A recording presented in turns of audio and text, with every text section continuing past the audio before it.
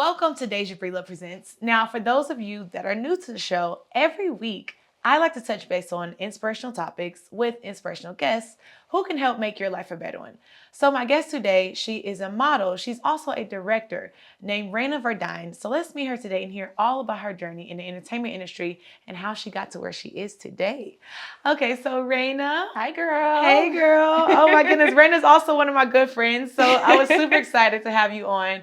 We actually just finished an amazing project, which we also will get into today. Yes. But outside of that, I mean, you're doing also a lot of solo things as well. So I'm excited to finally sit down with you and the viewers get to know who you are outside of like the camera. Awesome. Yes.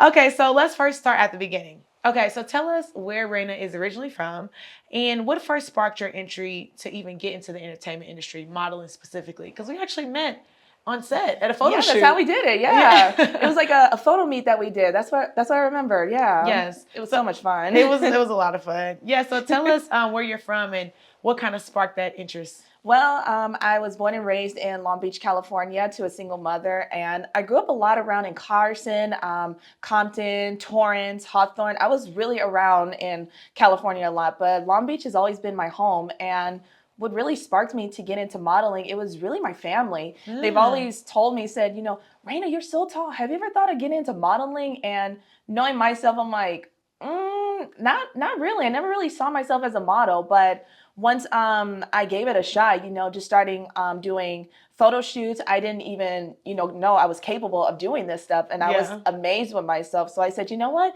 let's just keep going with it. And then the challenge of it all was actually doing runway. So that was a huge, huge step. And the first modeling runway show that I've ever done was the Model Experience. Yeah. My first runway show, it was so much fun. It was a lot of nerves, but once I got out on that runway, I was a completely different person that even my family was like, okay, who does she think she is? Like, I don't even, like, is this Rayna on stage right now? Who is this? Right. And then after that, it was just like a confidence booster that I didn't even know I was even capable of. And ever since then, I just been very passionate about being in front of the camera and behind the camera. And then when it came to directing, it was something about the power of just, like being in control of my own creativeness. Like I was creating my own content. I wasn't, being like under somebody else's guidance or even someone else's control. So that's what really, sparked me into doing it. And once I tapped into that creativeness of myself, it was really so much fun that I'm like, you know what? Let's do this. Let's keep going. Right. I love it. And it's funny how you get into something that's like you feel good doing it. And that's how you know. If it gives you energy, stay on that path. Oh, definitely. Stay on that path. Amazing. Okay, so as we know, both being models, it puts you in front of the lens. And now you're also directing, which I'm like, okay, which is amazing. Directing puts you in control of your story. Mm-hmm. So what moment kind of made you realize it was time to move from being seen to actually being heard? So when I actually got into the arts, I was 4 years old. I started at my church, Bible Enrichment in Inglewood, California. Wow. They had a children's arts academy that I started out. At first, I didn't like going to it because, when you're a little kid, all you want to do is just stay home. That's all you wanted to do. Yeah. But once they started to train me up in it, I started in music. I actually learned how to sing first before I got into theater. Then it came into theater. Then it was dance.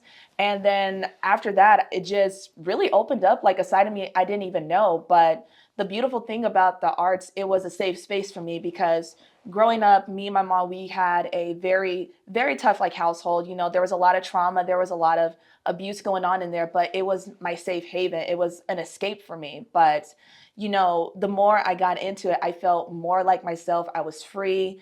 And then there was at one point where I was about 10 or 11 years old, I think I got into some trouble that I had to spend quality time with my godmother. And that's a whole nother story we'll have to talk about. Yeah. But what she did with my godmother, she actually sat me down. She gave me a dictionary, a piece of paper, and she told me to write a letter to my mom, an apology letter, and say, you know, don't use like any bad words or anything. And that's what really started me into writing. Because ever since I wrote that letter, I did not stop writing. I went on to writing short stories, poems, songs, a whole bunch of things. That English became my favorite subject in school, actually. Wow. So that was really the next step of writing. But once it got into directing, it was, I don't know, it's hard to describe because, you know, once you get into something, it's like, whoa, like, it's just a wow moment that honestly, it's even hard to explain it right now. Yeah, and it's funny how different things that are so-called accidents lead us to our calling, yes, right? Yes, it's like, who would ever thought? You're like, I thought I was writing an apology letter. I actually love doing this. Exactly, because like once it went from the apology letter and now it's like, wow, I didn't even know I had like this much creativity in my mind. But the amazing thing that I learned about this was from all the stuff that I was going on like in my life, whether it was with my family, it was with friends, school, or even just like my own mental health, I turned it into a story. Yeah. I expanded on it. And once I shared it with friends and family, they read the story and then they sometimes would sit me down asking me, Rayna, are you okay? And I said, yeah, actually, I feel a lot better because, you know, I wrote what I was feeling on this piece of paper and I turned it into something beautiful. Yeah, it was dangerous at the same time, you know, writing it, it's a risk, but this is the aftermath of it. It turned into something beautiful. You know, it's like that little garden you have, you just got to give it so much time to like, you know, take care of it, nurture it, and then it'll just blossom into something beautiful. Amazing. Definitely blossom into something beautiful. Yes. You've been writing ever since. Ever since. I have not stopped. Like seriously, stuff is even going on in my mind right now. What's the next project? I love it. I love it. That's how it is, man. Oh my goodness. It's like you never turn it off. No, there's no off switch at all. And honestly, I love that. But at the same time, like when you're going to sleep, it's like, okay, mind, you got to shut off now. Like save it for tomorrow, or, you know, just wait on that. Just wait on that thought. I love it. I love it. Okay, so speaking of directing, okay, you actually booked me as an actress. Yes. You know, which I'm super thankful for a new short film called Innocent Girls. Yes. That you wrote, you know, directed, shot, you know, it was an all-woman thing. Oh, I love that. And also Jay helped out. We got to shout out to Jay. Shout out to you, Jay. Jay helped us out. Okay, yes, but it was almost like a set it off type of thing. You know, I can't wait for you guys to check it out. We definitely it was a lot of blood involved, but it's very, very interesting.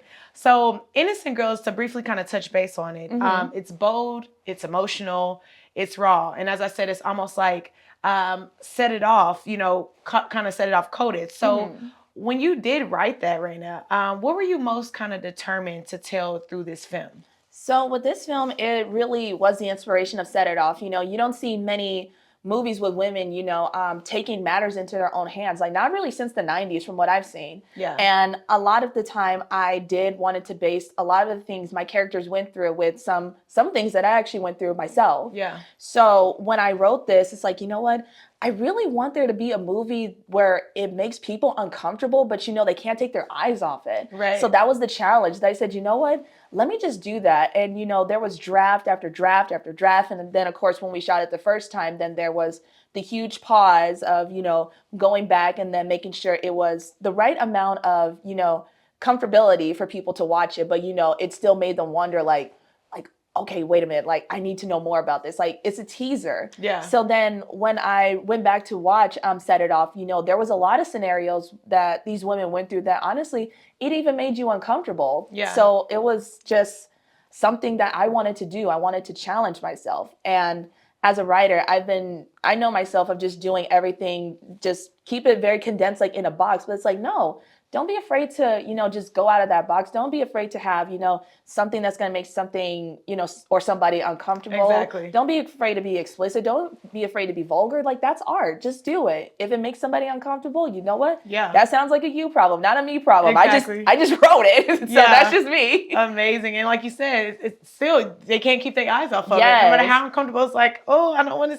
but I'm still watching. Yeah. I'm still watching. It's like that peekaboo moment where you have to like cover your eyes and then it's like, okay, like, okay, I don't know, but like you just don't know. Like, that's the suspense that I wanted to give the audience, and that's what we delivered. And, you know, with this amazing cast that we had, especially you guys really brought like the rawness, and that's really what I wanted. And, you know, not many women in the industry or even in general are comfortable talking about the stuff that they went to, like, you know, they went through. And so having like that group of girls that you see as your sisters, your loved ones, you can talk to about it. They're not going to judge you.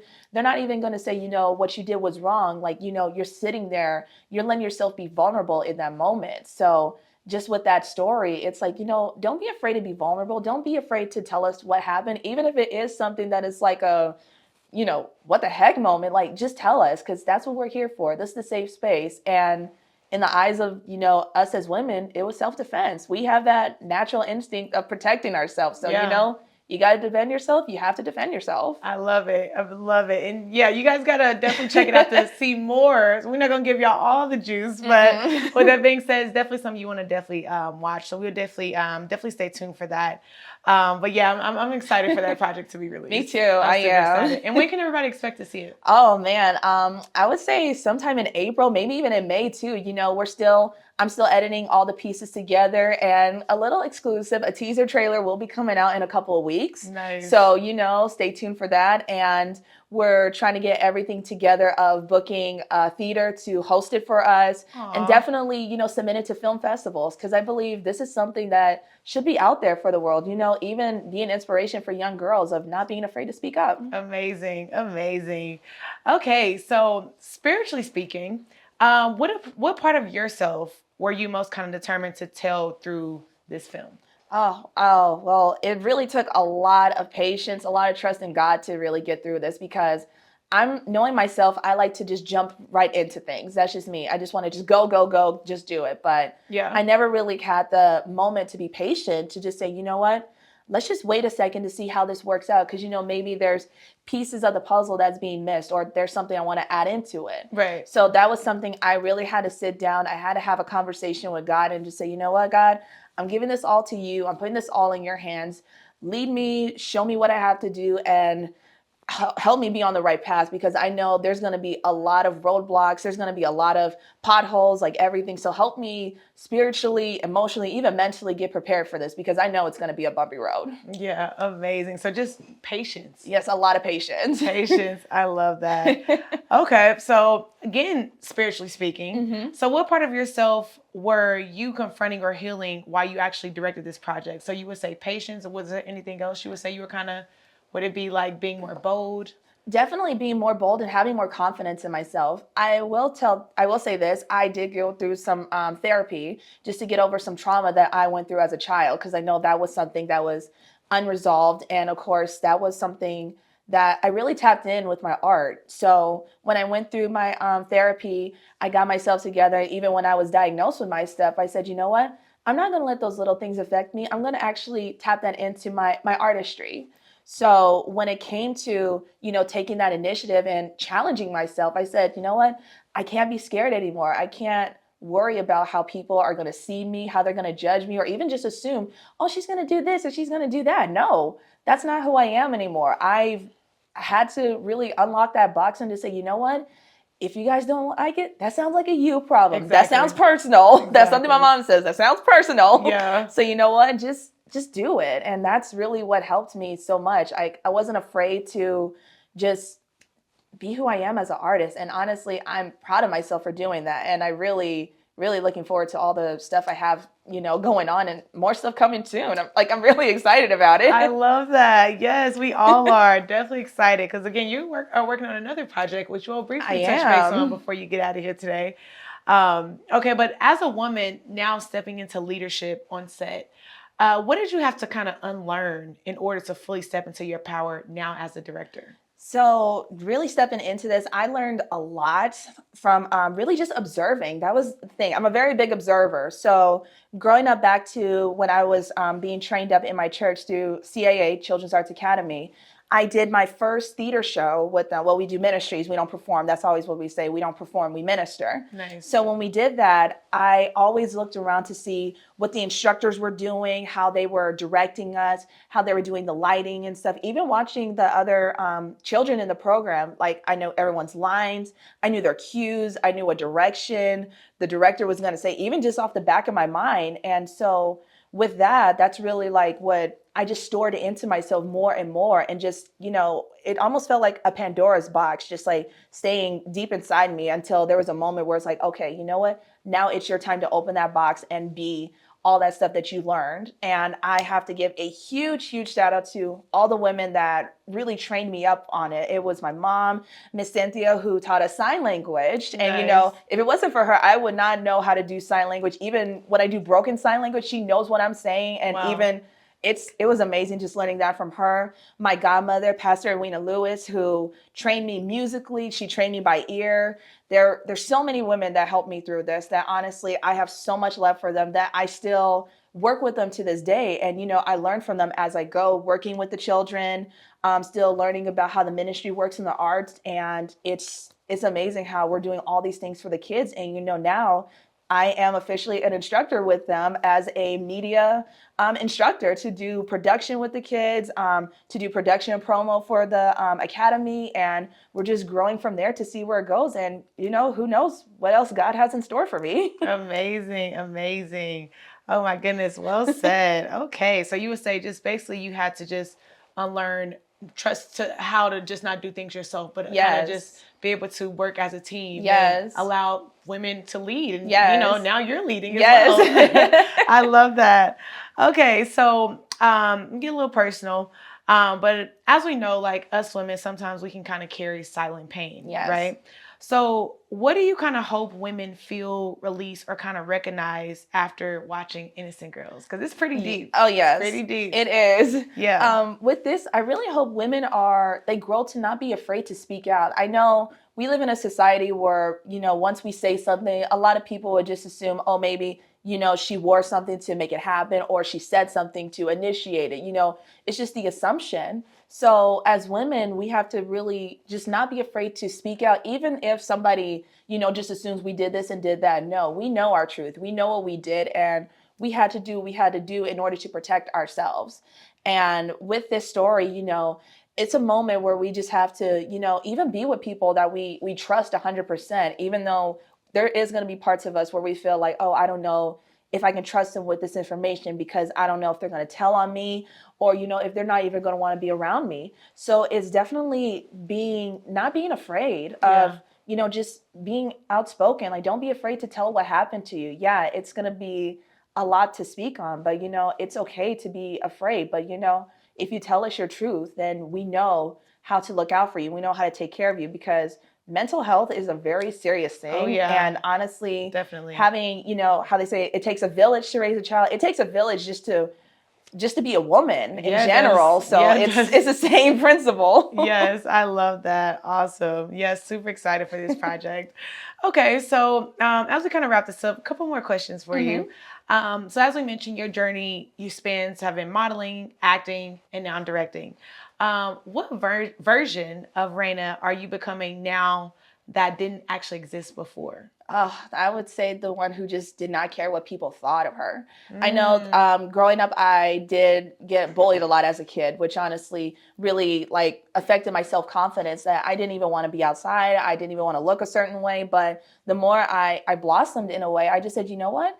I don't care what people think about me. I don't care if they have their thoughts about me, their judgment, or even like I said, their assumptions about me. Just go ahead and do it. You know, I don't need your permission to create this artwork that I'm doing. I don't need permission for you to say, oh, this is how many breaths I can take, or this is what my heart rate should be. No, I don't need your permission. Let me be me. Exactly. So that's the version of myself that I'm really proud and excited to see. You know, there was a lot that was really, really bottled in me that I didn't even know I had in me, that I surprise myself every single day. I get surprised at least once a day, a couple times a day, more like it. But, you know, like, I'm just excited to see the more I grow from this, the more I learn from this. And honestly, to see how amazing everything happens. I'm just really excited for this journey. Amazing. I'm excited as well. Okay. So when doubt kind of shows up creatively or spiritually, what brings you back in alignment?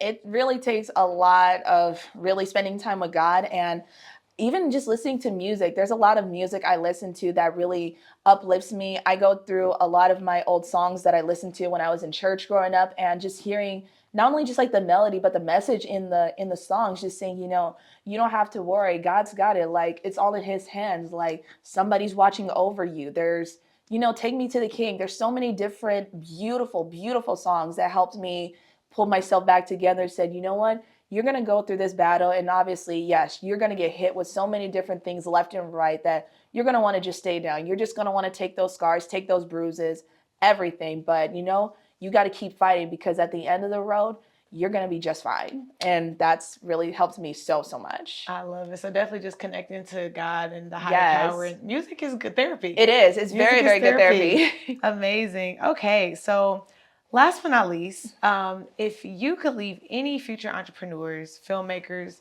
or women telling fearless stories with any piece of advice, what would you say? I would tell them, don't be afraid to take that chance. Don't be afraid to take that challenge. It is going to be scary, but at the same time, it's okay to be scared.